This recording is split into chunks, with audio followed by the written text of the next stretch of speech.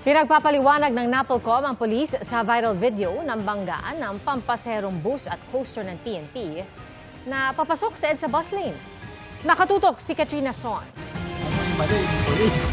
Hindi sila dapat pumasok yan. Kumato. Umaani ng iba't ibang reaksyon sa social media ang video na ito matapos magbanggaan ang isang passenger bus at coaster ng PNP sa EDSA bus carousel.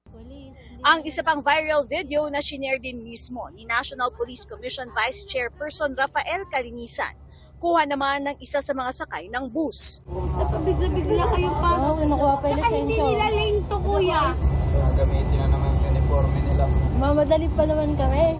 Nakunan din sa CCTV ang dalawang bus na magkasunod na tinatahak ang EDSA bus lane northbound. Hanggang ang PNP coaster nag-swerve at lumipat ng linya papunta sa bus lane. Dito na nahagip ng paparating na bus ang PNP coaster. Ayon sa driver ng bus, alas 5 ng hapon nitong Biyernes nangyari ang insidente. Tingin ko po galing po siya sa bonus sa parang inat niya po ako, nag-swerving po yung sakin po ng pulis na yung sa EDSA. Papunta po doon sa busway. Inagawan niya po ako ng linya, kaya po siya nabangga. Pinabababa raw ng pulis ang kanyang mga pasahero.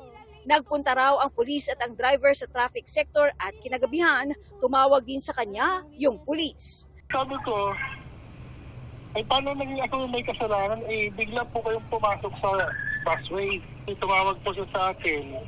Ako rin daw po sasagot ng coaster na nabangga ko. Sa payag ng QCPD, nagkasundo na nila ang dalawang panig, pero itinanggi ng bus driver na nagkaaregluhan na.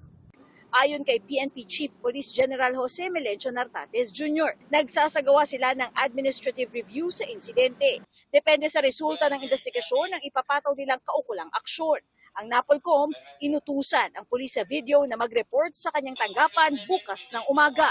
Hindi katanggap-tanggap na may klarong pang-aabuso na nangyari mula sa hanay ng kapulisan. Kailangan klaro at mabilis din ang aksyon. Kailangan ipakita natin sa taong bayan na hindi natin pinapayagan na mayroong pang-aabuso sa hanay ng mga pulis. Katrina Son, nakatutok, 24 oras.